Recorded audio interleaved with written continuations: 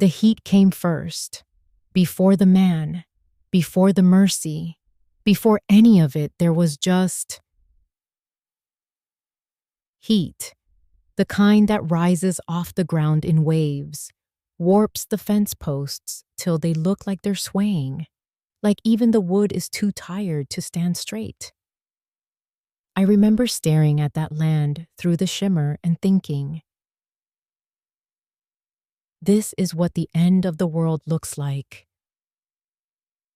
40 acres of cracked earth, a cattle pen with nothing in it, and a windmill grinding slow and useless against a sky so white it hurt to look at.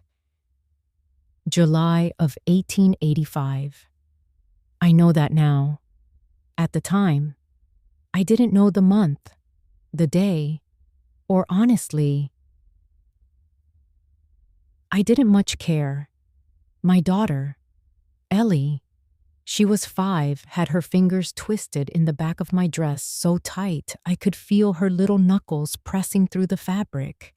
My son, Thomas, stood beside me stiff as a fence post himself, 7 years old, and trying so hard to be the man of the family that it broke something in me just to watch him do it. I fell, right there at the gate. My knees they gave out, like my body finally said what my mouth had been holding back for 300 miles. And I heard myself say it, heard the words come out like someone else was speaking them. I got nothing left, mister. Nothing at all. I turned my face into the dirt, pressed my forehead against it. Because falling in front of your children is one kind of ruin, but falling in front of a stranger, letting him see you at the very bottom of what a person can be, your body just tries to disappear. Mine tried. The ground wouldn't take me. And then he knelt down, not standing over me. You understand. Not reaching down from some high place. He knelt right there in the mud beside my children, and his knees sank into the same dirt mine did. I looked at his boots, cracked leather, soles worn thin. His shirt had patches on the patches. His hands were rough and red and empty. A poor man. A man who owned nothing, offering everything he didn't have. You got me now. Hannah. He said my name. I don't know how he knew it. Maybe I'd said it. Maybe Thomas had. I can't remember.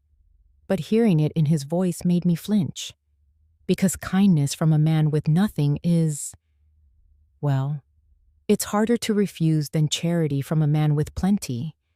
A rich man gives you what he won't miss. A poor man gives you what he can't afford. And you can't. You can't look away from that. The cabin was small.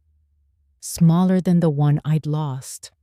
The roof leaked in 3 places. I could see the water stains on the ceiling like maps of all the storms that had passed through. The window latch was broken.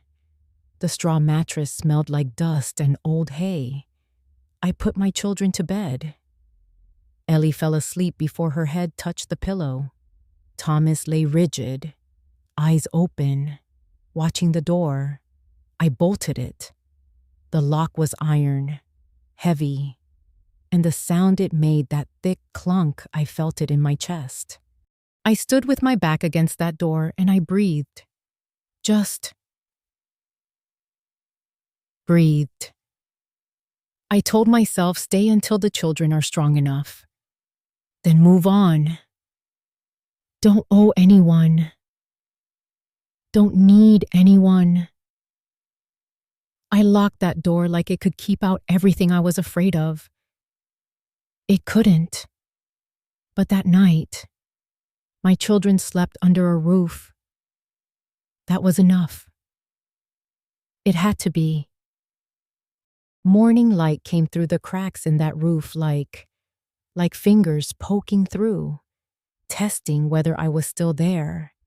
I lay on the floor beside my children and counted the drips.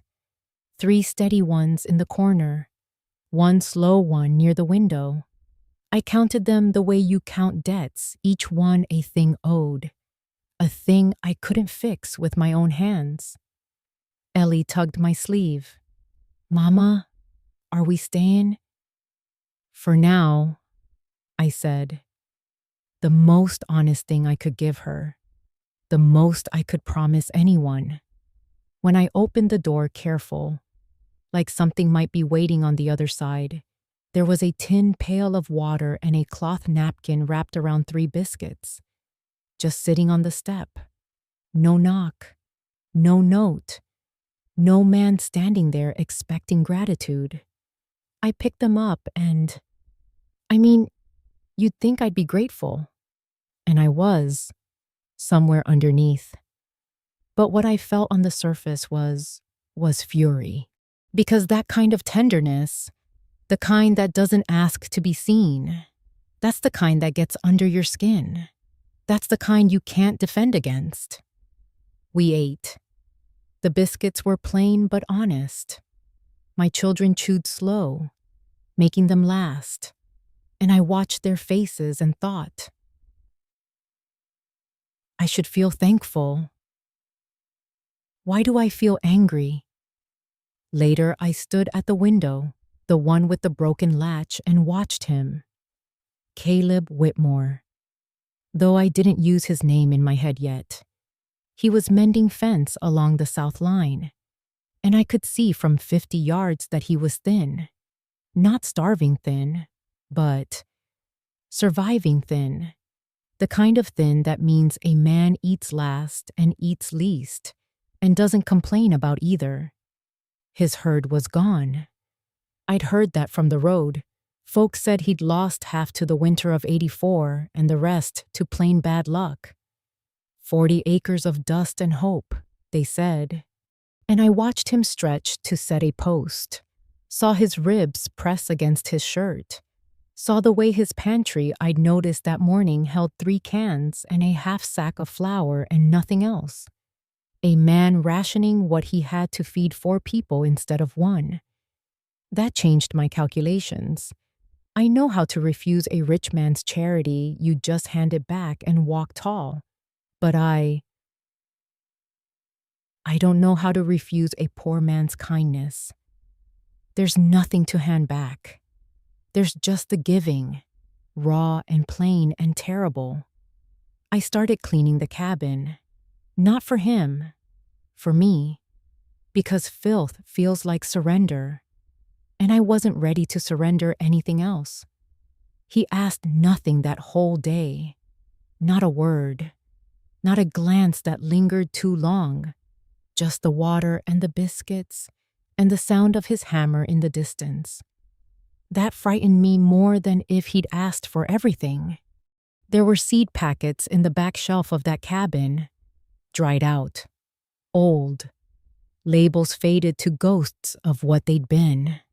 Squash, maybe, beans, something that might have been tomatoes once. I planted them anyway. What else was I going to do? Sit in that leaking cabin and wait for charity? I'd rather press dead seeds into dirt that didn't want them than feel like a beggar for 1 more hour. So I knelt in the heat, and I dug with my hands, and I pushed those seeds down into that hard, resistant soil, and I thought, this is what hope looks like when you're out of options. You plant things that probably won't grow because the alternative is planting nothing. The silent barter started without either of us agreeing to it.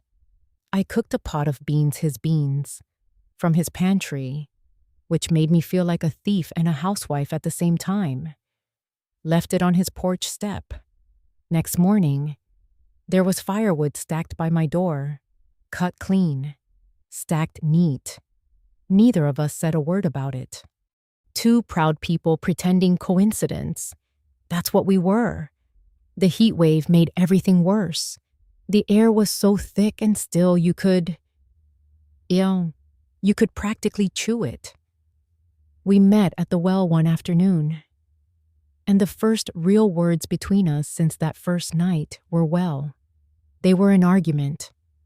"You're drawing too much water," he said. Not mean, but firm. "Well's running low."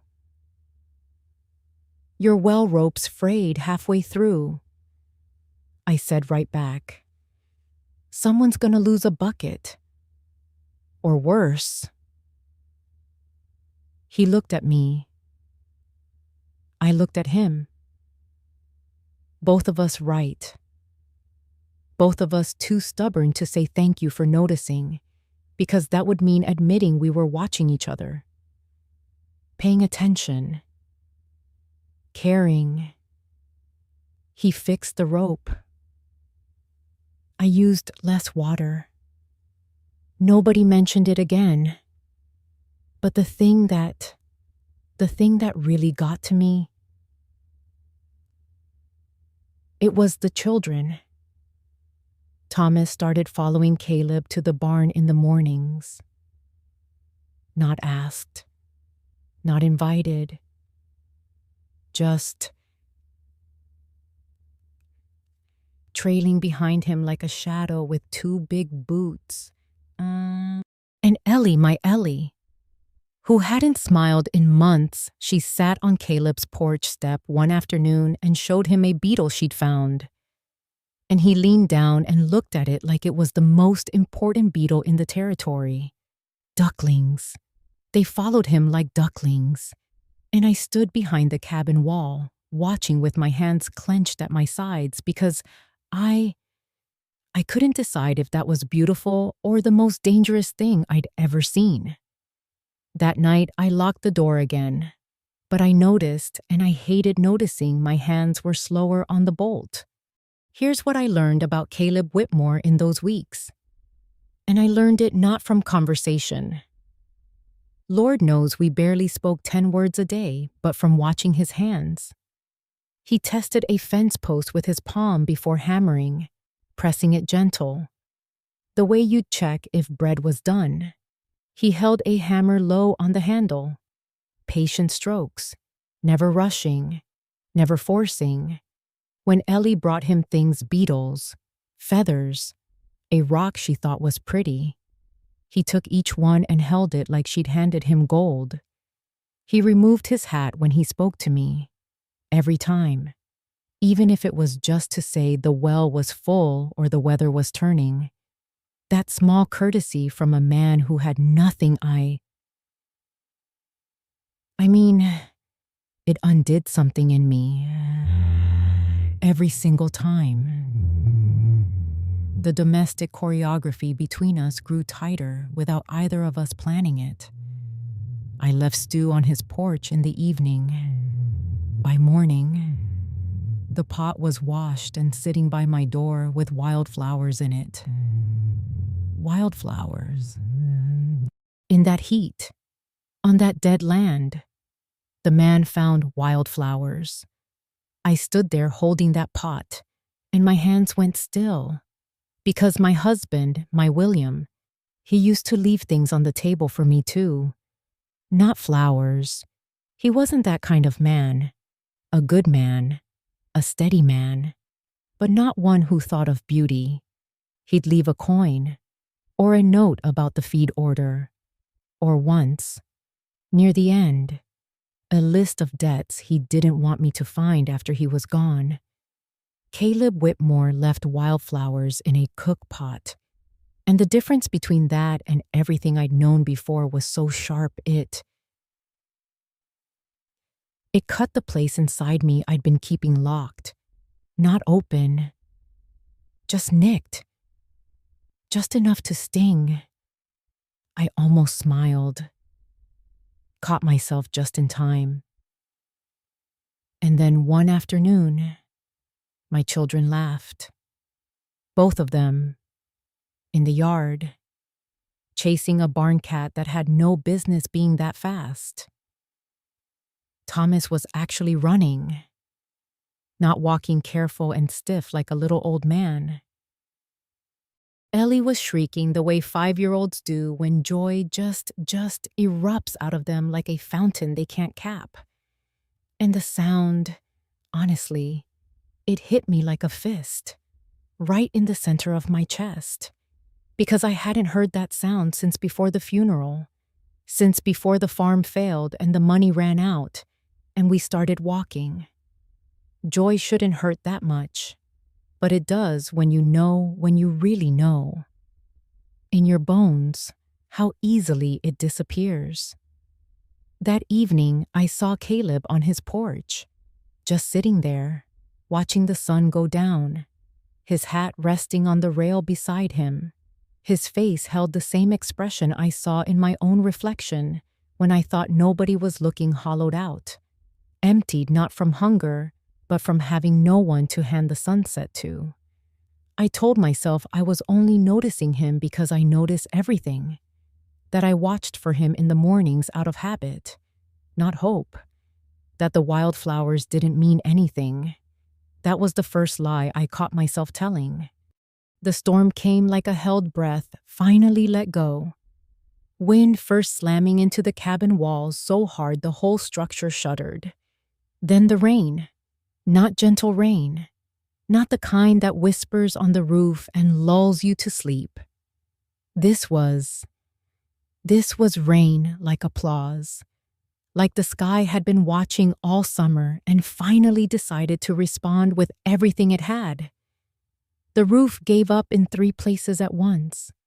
Water didn't drip, it poured. A stream right down the center of the room. Another over the shelf where I kept the food. A third directly onto the mattress where Ellie was sleeping. I grabbed her. She woke crying, confused, soaked. Thomas was already on his feet, pulling the blanket around his shoulders, eyes wide in the dark. "Mama, get your shoes on," I said. Calm, steady, the way you talk when everything is falling apart and your children need you to be the floor they stand on. I went to the door, put my hand on the bolt, and I stood there. Just for a second, maybe 2, because unlocking that door meant well. It meant admitting I couldn't do this alone. It meant crossing that yard and knocking on his door and saying without words what my mouth refused to say, I need help. My hands were shaking, not from cold. I pulled the bolt, picked up Ellie, grabbed Thomas's hand, and we ran. The rain was warm, that surprised me, like the sky was weeping with relief after holding all that heat for so long. Mud sucked at my boots. Ellie pressed her face into my neck. Thomas gripped my fingers so tight I couldn't feel them. I knocked, pounded, really, and Caleb opened that door like he'd been standing right there, like he'd been waiting. "Come in," he said. Just that. No questions, no fuss. Just come in. His cabin was small and warm and dry. 1 lamp burning, a fire in the stove. He moved his bedroll without being asked, made space on the floor, wrapped a blanket around Ellie before I could ask. She fell asleep in his chair, just curled up like a kitten and closed her eyes. Thomas sat by the stove, drying his feet, and then he looked up at Caleb and said, "Will you tell us a story, Mr.?" And Caleb, this poor, quiet, broken man, he sat down on the floor beside my son and told a story about a mule, a stubborn mule who walked 1,000 miles because he heard there was good grass on the other side of the mountain. Thomas laughed, actually laughed, and the sound of it in that small, warm room was... I sat in the corner, soaked through, arms wrapped around my own ribs, and I cried. Not the way I'd cried at the gate, not from emptiness. This was different. This was the kind of crying that comes when you recognize something you thought was gone forever. The warmth, the voices, the feeling of home. I hid it behind my wet hair, but Caleb saw. I know he did because he paused just barely and then kept talking to Thomas like nothing had happened. He handed me a dry blanket. Our fingers brushed. Neither of us pulled away. The rain didn't ask permission to fall. Neither did the feeling rising in my chest. I let both of them come. Mrs. Harlan came on a Tuesday, brought a basket of biscuits and a smile that had teeth in it. "Just being neighborly," she said, setting the basket on my table and letting her eyes travel around the cabin, the mended window latch, the wildflowers on the shelf, the second coffee cup I'd forgotten to hide. "Folks in the valley been wondering how you're getting on, Mrs. Price." Folks. I knew what that meant. I'd been folks' subject before. "We're managing fine," I said. "Much obliged for the biscuits." She lingered. Of course she did. Ran her finger along the shelf edge, checking for dust or sin or whatever she'd come looking for. "It's just well, I'd be neglecting my Christian duty if I didn't say it plain. A widow on a bachelor's land. No chaperone. No kin nearby. Tongues in this valley got nothing better to do than wag. Mrs. Price. And right now you're giving them plenty to work with." She touched my arm. Light. Practiced. "I'd hate for your children to carry that weight. You know how little ones suffer for their mama's choices." After the door closed behind her, the cabin went quiet. But not the good kind of quiet, the kind that settles after someone said something that poisons the air. I could still smell her rose water, could still feel the place on my arm where her fingers had pressed, gentle as a bruise being made. I stood in the center of that cabin, and I listened to the silence, and I let the words sink all the way down to the place where shame lives. Then I scrubbed the floor, on my hands and knees until my knuckles cracked and bled, because the anger needed somewhere to go and the floor was the only thing that wouldn't break if I hit it hard enough. I knew those whispers. I'd heard them after my husband died, and I couldn't keep the farm. Poor Hannah Price. After the money ran out, and I sold the furniture piece by piece. She's let herself go. After I started walking with my children and nothing else. What kind of mother drags her babies down a dirt road with no destination? The kind who's got no other choice. That's what kind. I pulled out the old carpet bag, started folding clothes. My hands moved fast too fast. Angry fast, shoving Thomas's spare shirt, Ellie's rag doll, my one good petticoat. The easy thing whispered in my ear. Leave before you owe more. Leave before gossip poisons the only kind man you've met in years. Leave before your children get attached. Leave before you get attached. I carried the bag to the door, stepped outside, and I saw the garden. Those seeds, those dead, dried out. Hopeless seeds had pushed up through the dirt. Green shoots, tender and impossibly bright against the brown earth. Little stalks of defiance, standing in soil everyone said was worthless. Beside the garden, in the mud near the porch, was Ellie's handprint, pressed there days ago when she was playing, small and perfect and permanent, somehow. More permanent than anything I owned. I set the bag by the door, didn't unpack it, didn't lift it, left it there like a question I wasn't ready to answer. Night came. The children breathed soft and even in their sleep. That sound. You know, that rhythm that means they feel safe. The most beautiful sound a mother can hear. And the most terrifying, because once they feel safe, you can't take that away from them without breaking something that won't mend. I sat beside the packed bag, candle burning low, shadows moving on the walls like restless thoughts. And I had the conversation with myself I'd been putting off since the night of the rainstorm. The door was closed. But, and this is the thing that caught me, it wasn't bolted. I stared at that bolt, sitting there in its open position, and I couldn't remember when I'd stopped locking it. Had it been days, weeks? When did I stop being afraid of what might come through that door and start being afraid of what I might walk toward if I opened it? My husband's last morning came to me then. Not his death. I don't let myself visit that room in my memory. Not anymore.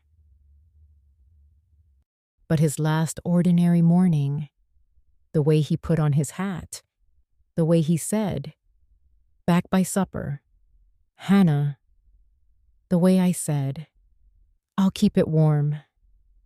He didn't come back. I learned that day, I really learned it. In my blood and bones that promises are just breath shaped into words. They disappear the same way smoke does. You can watch them go and there isn't a single thing you can do to hold them. So here was the real question. The one sitting in my lap, heavier than that packed bag. I wasn't afraid of Mrs. Harlan. I wasn't afraid of gossip or propriety or what this territory thought of a widow on a bachelor's 40 acres. I was afraid that Caleb Whitmore meant what he said, that his quiet kindness and his steady hands and his wildflowers in a cook pot were real. Because if they were, if he meant it, and I let myself believe, and then the world took him the way it took everything else, I wouldn't survive it. I barely survived the last time. I looked at the bag. I looked at my sleeping children. Thomas had his arm around Ellie, protecting her even in dreams. They had finally stopped flinching at loud noises.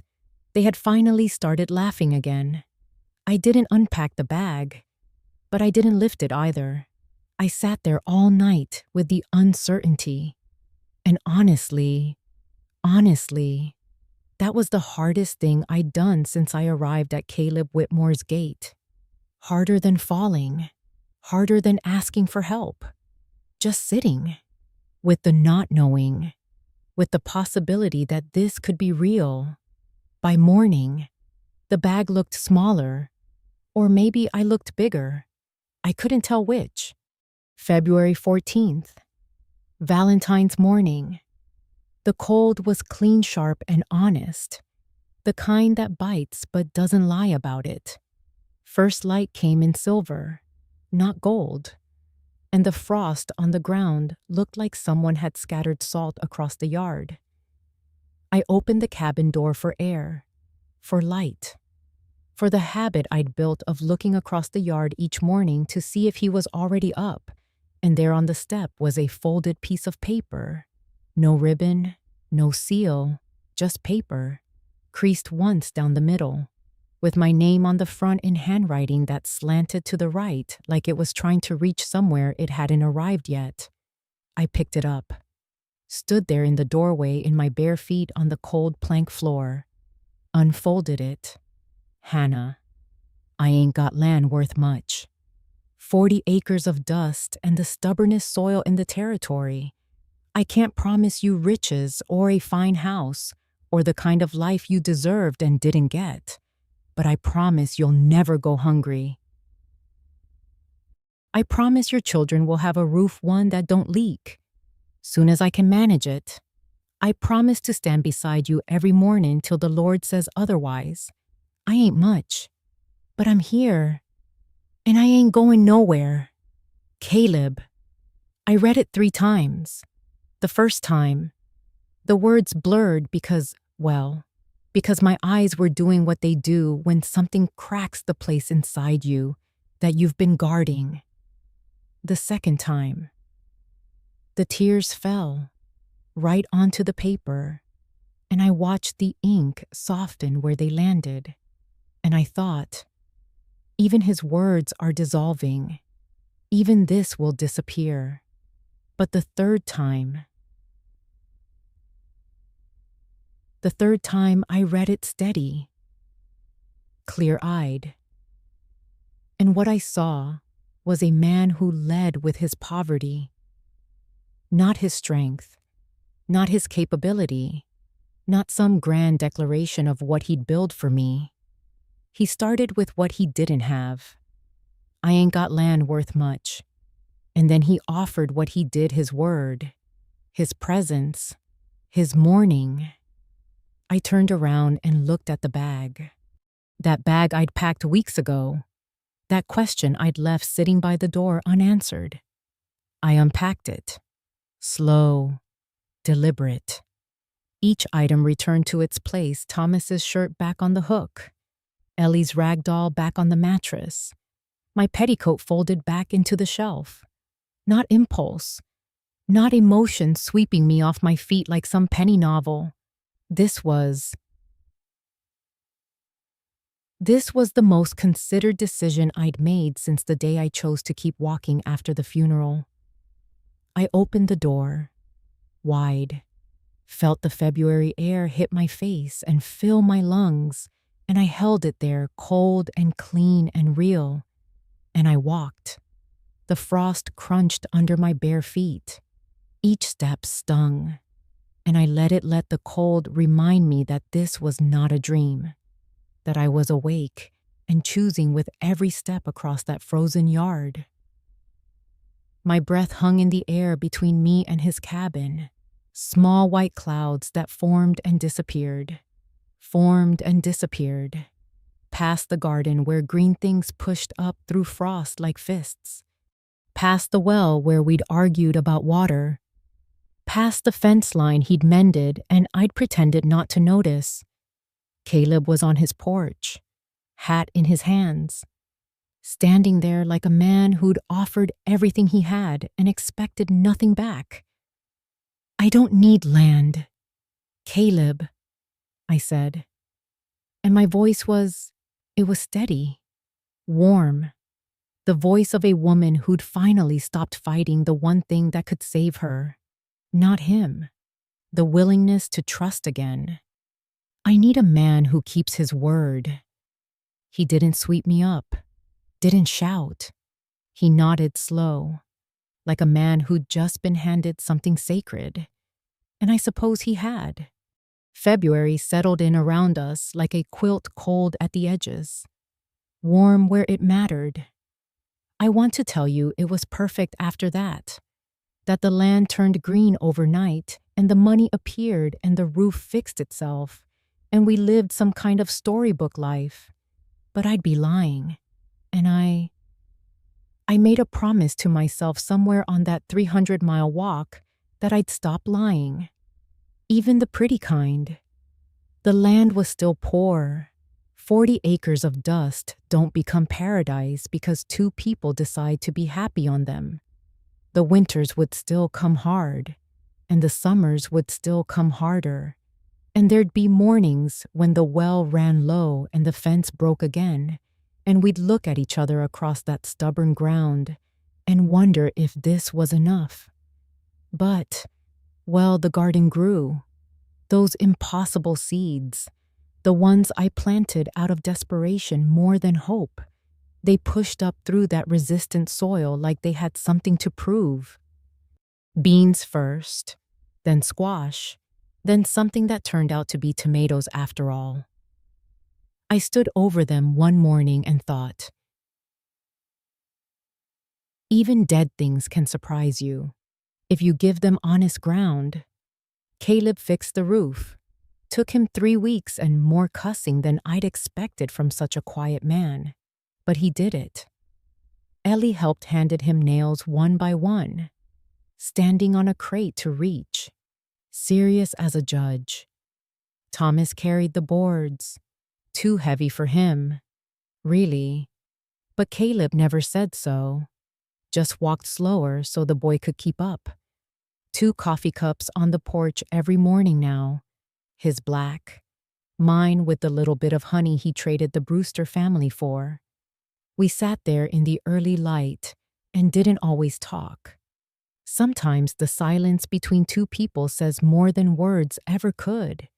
And our silence said, I'm here, still here, same as yesterday, same as tomorrow. My son learned to mend fence. Caleb taught him patience, showing each twist of the wire, each test of the post. You gotta feel it, Caleb told him. Put your hand flat on it. If it gives when the wind pushes, it ain't gonna hold through a storm. But if it stands. He pressed the post and it didn't move. Then you built something that'll last.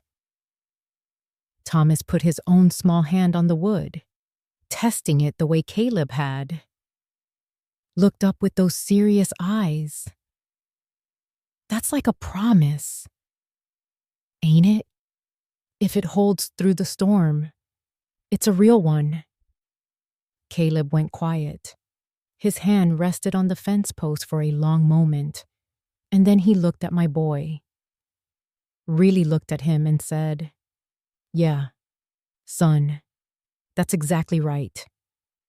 I stood in the doorway and I gripped the frame with both hands, pressed my fingers into the wood until I could feel the grain, closed my eyes, because some moments are too full to watch. You have to feel them with your whole body or they'll pass right through you.